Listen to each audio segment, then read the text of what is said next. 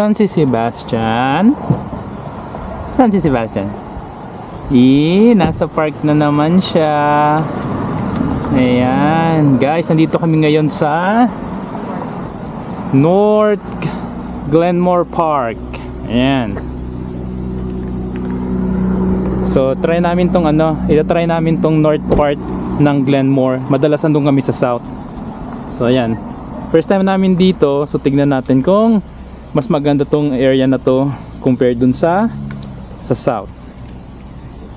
Yan, lock muna natin tong sasakyan, then hanap tayo ng spot na maganda. Ayun. So malaki talaga tong area na to. Tapos andun yung mga playground para sa mga bata. So may swing, may slides. Ito yung hindi namin inabot ng walking namin mula dun sa south side. Malayo pala, mas madistansya pala siya talaga mula dun sa bahay namin. Tabi. Ayan guys. Sarap ng hangin, presko.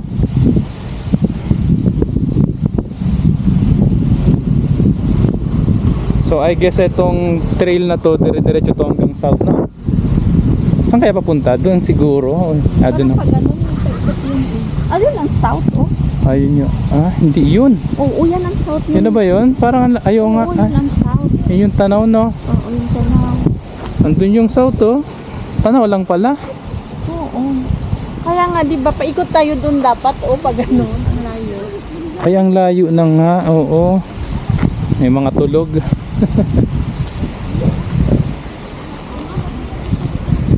Eto pala sana yung yung tatry namin na lakarin. Mula dun sa kabila pag no? Madistansya pala. Distansya. So wala kaming upuan. Tirik pa ang araw. Hanap tayo. Mas maaliwalas dito, mas presko dito na hindi masyadong mainit. Pag dun kasi mainit dito. Mainit masyado. Kasi sa araw yung sa south, tapos walang ganitong. Mas maraming puno. Oo, ito mas maraming puno, mas maraming parang pwede.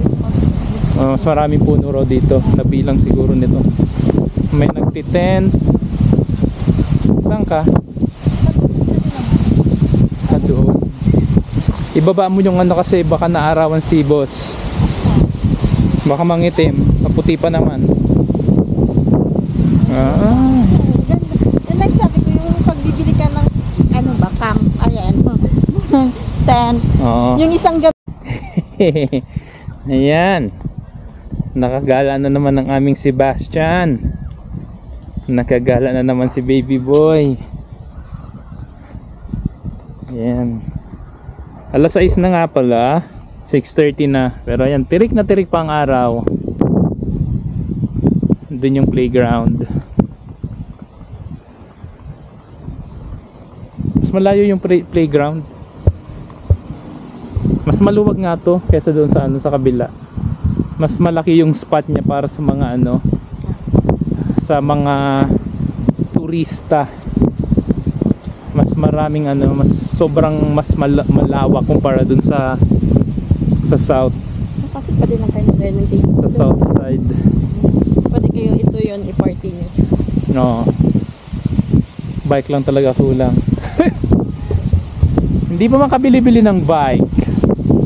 At kailangan mag-book ng ticket pa uwi muna. Yan, no? Ganda.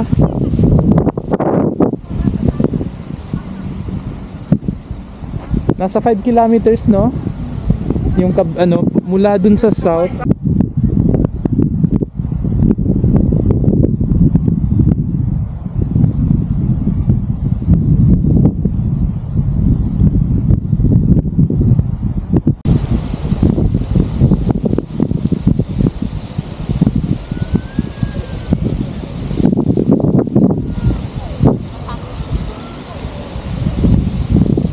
Masyadong mahangin.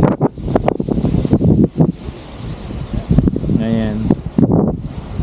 Hindi ko alam kung kita nyo, pero ngayon may nagpipiknik din sa baba. Tapos meron dun parang, ano ba tawag doon? Parang gazebo. Ayan, no. Pwede nyo sigurong makuha yung spot na yun. Makapag Date dyan. Yun, mga ganun. Para pwede kayo mag-date. Ang galing, oh. Ayan. Medyo nilalamig na ako, malamig ang hangin. Buti na lang nagdala kami ng ano, extrang damit ni Sebastian. Para may pang cover siya. Ayan, lakad tayo papunta dun.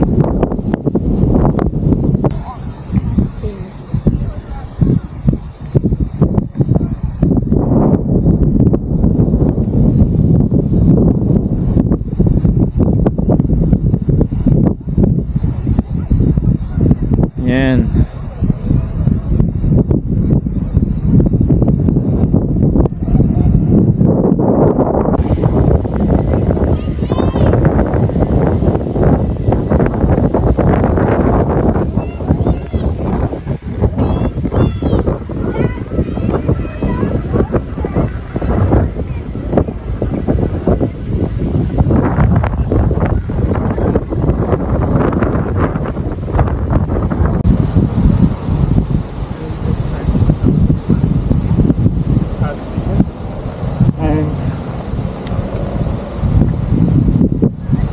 So, ito ang pinaka-aabangan ng mga Canadian.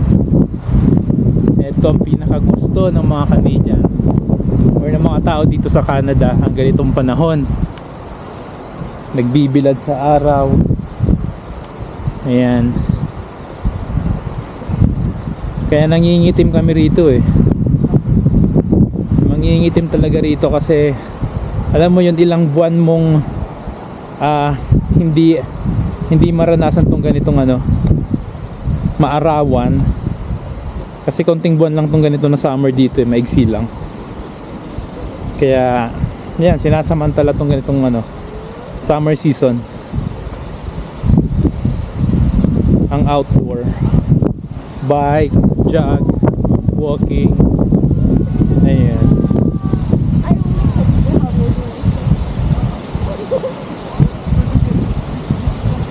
Malayo pala yung ano. Lalakarin sana namin. Baka naarawan siya, me. Yan, kakatapos lang pala ng trabaho ko. Naka-uniform pa ako. Wala na siya sa bike lane niya dati. Kaya nga. Tingnan niyo si Logan. Medyo brown ng tubig ngayon, no? Pero ang lawak ng ano. Pero doon banda green. Oo. Doon banda medyo green at tong dito medyo brown. Yun. Ang laki nitong lugar. Mas malaki siya. Siguro di ko lang kung times 4, times 3. Oo, kalat-kalat yung mga nagpipiknik. Kalat-kalat yung mga nagpipiknik. Tsaka yung parking nila. Akala ko doon lang sa may bungad, hindi pala.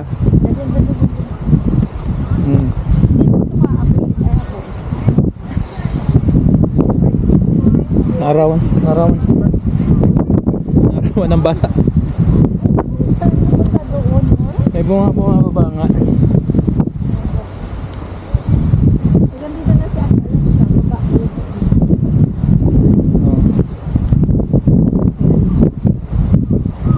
Ayan, no, ang dami-dami nagpipiknik.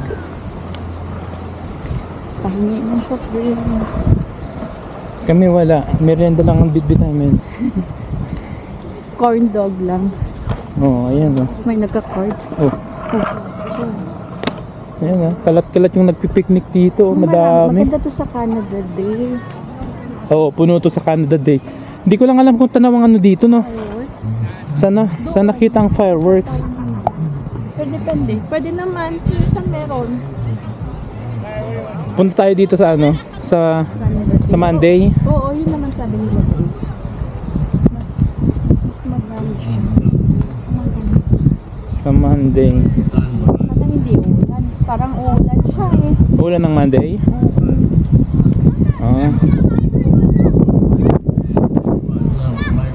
Si Kuya Chris Casanero. Ay, hello po. Ayan. Isang sikat na vlogger po dito sa Canada. Nakita namin ng mag-ama. Hello po. Pasensya na sir. Na-store po. Nakilala ko kayo ng kasawa ko sir. Hello po, hello po. Martin po, Martin. Sorry, marumit po yung kamay na. Hindi, okay lang po, walang problema. Chris Cusinero po. Nagpa-vlog din, sir. Pasensya na, naabala namin nata kayo, sir. Sige po. Sige po. Ingat po. Thank you. Chill lang si Kuya Chris kasi Chill lang si Kuya Chris Cusinero.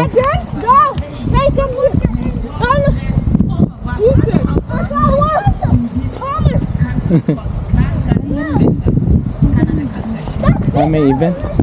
pwede siya magyaman kasi malaki. Sabihan natin si Grace kasi gusto ni Grace na mag-park sa How they get there? May ano doon. May party. May nagpa-party. Ayan.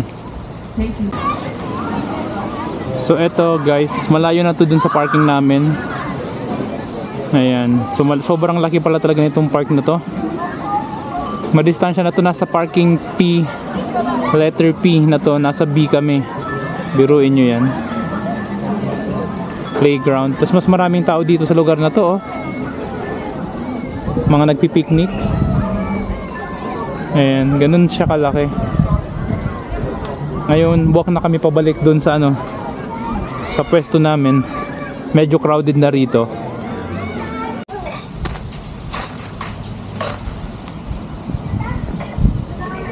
Pwede na maglakad pa tayo, nakaganito lang, oh. slowly lang dong. Kay mama, tumawag po sa December or April, ubantag at natagbag.